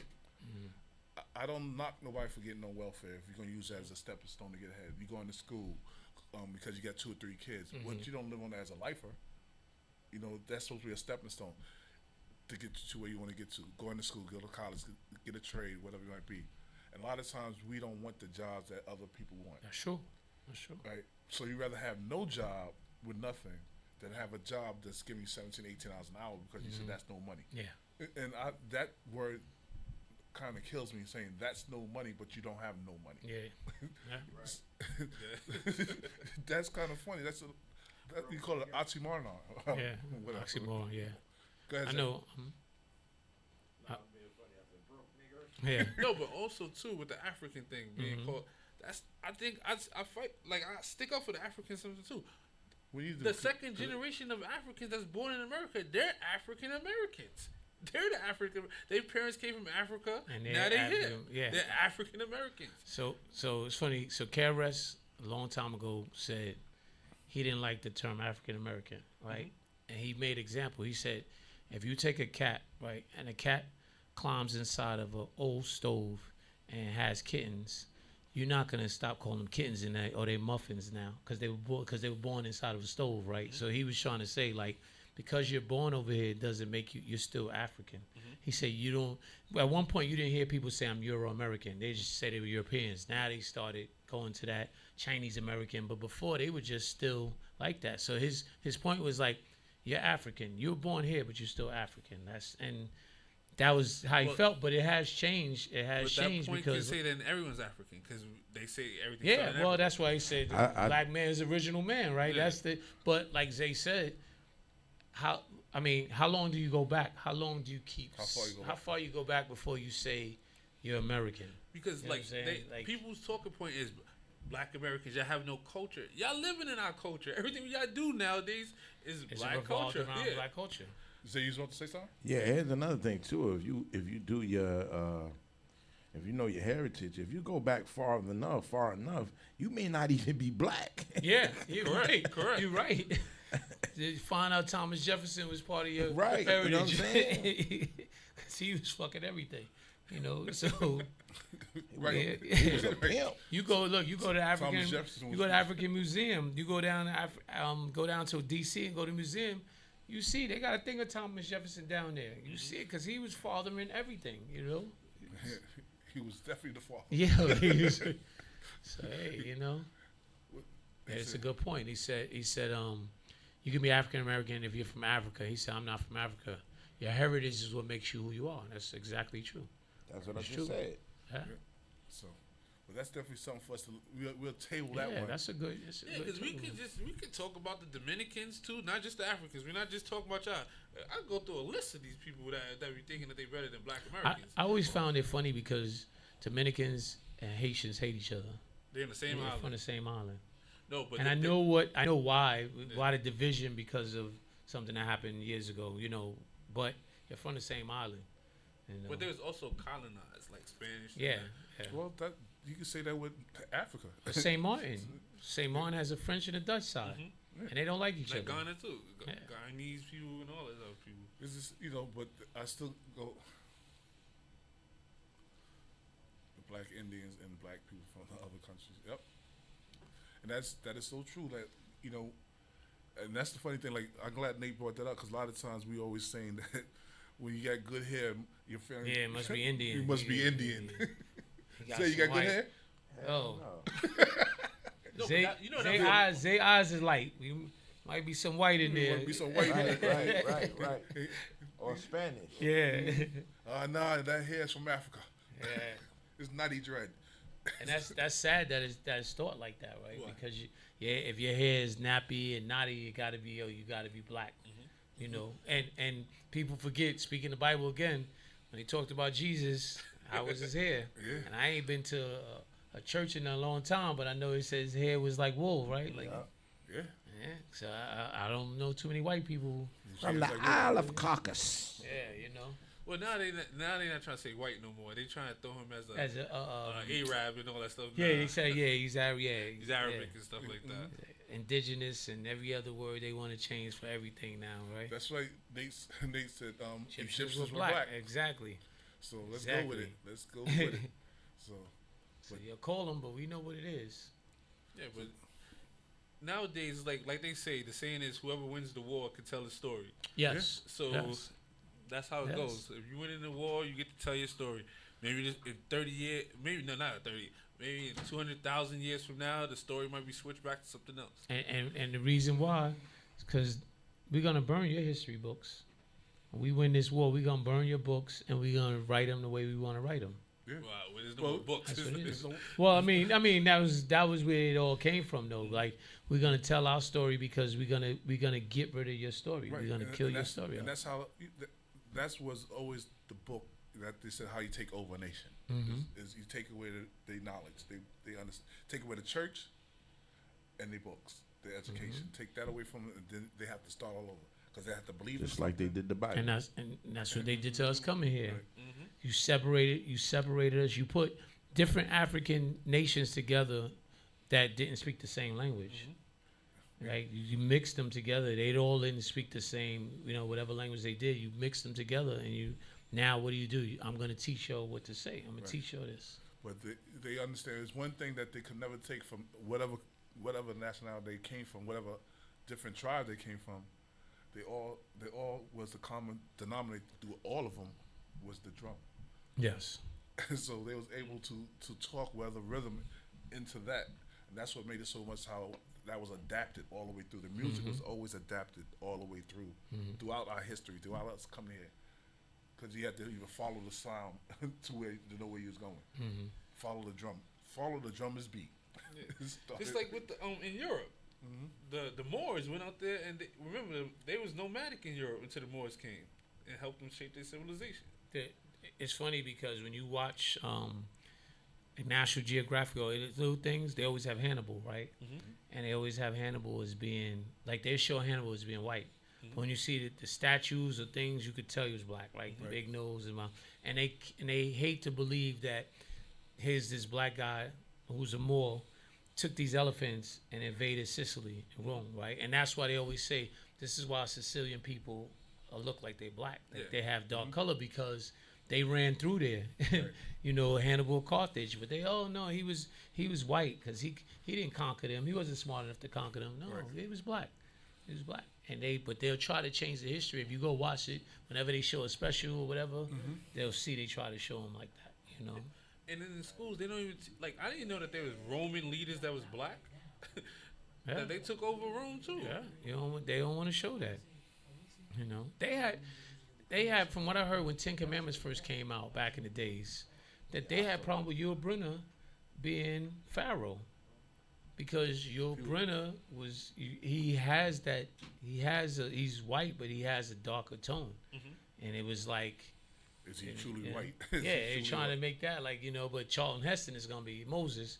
He's gonna be lily white with blue eyes, like they said. And like another thing, Kara said, how could he have looked like that and grew up in Pharaoh's house? Because they thought it was Pharaoh, one of his kids. Right. He couldn't have looked like that and been like, come on, you already know,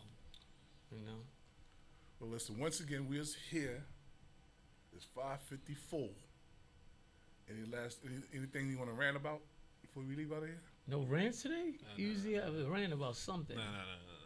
Are we coming back next week? Yes, we'll be here next week. Well, next week we have some topics. We was off. So It was you had off a the good head week today. then. It was a good week with no rants. No rants today, but I do want to. I got one quick rant. Go ahead. I'm not gonna encourage. I'm just gonna say the president wants to make a $250 bill to commemorate 250 years of freedom. He wants, and he already is trying to work. But you said it was too costly to make the penny and all this other stuff, right? You stopped making a $2 bill, but you want to make a $250 bill with your face on it, not a $250 commemorative with his face on it. That ain't some bull. That's my rant. I didn't curse. I ain't curse about. I ain't say. I just said the president. Well, I'm not walking with 250. And Jackson Dart. We ain't gonna get into the Jackson Dart and all that stuff about him going to say something because I'm not a Giant fan. So good, do what they do. But that's a great book. Yeah, I got that. World's Great. It's actually two. They got a part 1 and part 2. World's Great Men of Color. That's what we can do. We gonna talk about a lot of books that was out there. A lot of. Okay, maybe we could do that this year. We could do that. Okay. We're gonna start a Black Man's Book Club. Okay, let's go. Let's go with that. BMBC. Before we BMBC. go, who came up with this saying, the African American? Wasn't it Jesse Jackson? I don't know. That's a good question. I'm not gonna say yes. And then he's the leader of the Rainbow Coalition. That was different. That wasn't the rainbow. It wasn't meant to be like that when it was, because remember, you could say things back in the 60s and 70s that didn't mean what it means now. Right. The Rainbow Coalition meant that it was all different colors, like a rainbow. All different colors. All different colors getting together for one purpose. They just took it. The gays just took it. They just took it used for another thing. As their symbol. Okay. So Jesse Jackson is the leader of the gays. No, it wasn't nothing to do with gays. It was different people of different colors getting together, just making the world better. It had nothing to do with gays. Okay. It just was, black, white, red. It was like Chinese, all these different colors. So that's what it made. That's what the Rainbow Coalition. So how did the rainbow flag turn into? Somebody they took it as they just took the they word. seen some Skittles. They do Skittles up in here and said, "Okay, it's rainbow." Nah, they just took it as their symbol. Okay. Sort of like the swastika we just talked about. Took it and made it another meaning. Yeah. So on that note, next week we here. Peace. Yes, sir. Peace. All right. See you next week. All right. Chris gonna play. Turn that up. Because he ain't playing when he got here. Bronx River Radio. Chris Ali. What up? Yeah. From these Bronx River streets, cold benches, broke heat. Mama yelling through the window, be home when them lamps peak. 55 never ran, never will. Saw him post on the corner, we was posting more still. Old heads on the milk crate, schoolers on the war tail, saying loyalty is armor and we wore it like chainmail. Violator. Bronx River on the way, that's the indicator. From the first of the month to the last favor. 55 never ran, never will. That's major. Violator. On the dial, Chris Ali, that's the narrator. From the staircase, smoke to the skyscraper. 55 never ran, never will. That's major. Static on the dial, twist the knob, catch the vibe. Heard my block in the bumper, felt the whole hood alive. Young shorty with a book bag, dreams big, but he looked mad cause the rent due, fridge thin. Same story that we all had, but we stand on it 10 toes. Even when the wind froze, say a prayer for the lost souls. Name them when the track goes. Violator. Bronx River on the way, that's the indicator. From the first of the month to the last favor. 55 never ran, never will. That's major. Violator. On the dial, Chris Ali, that's the narrator. From the staircase, smoke to the skyscraper. 55 never ran, never will. That's major. From the benches to the mansions, from the hallway echoes to the entrance. Say it loud for the fan, we remember still. 55 never ran, never will. That's major. Violator. Bronx River on the way, that's the indicator. From the first of the month to the last favor. 55 never ran, never will. That's major. Violator. On the dial, Chris Ali, that's the narrator. From the staircase, smoke to the skyscraper. 55 never ran, never will. That's major.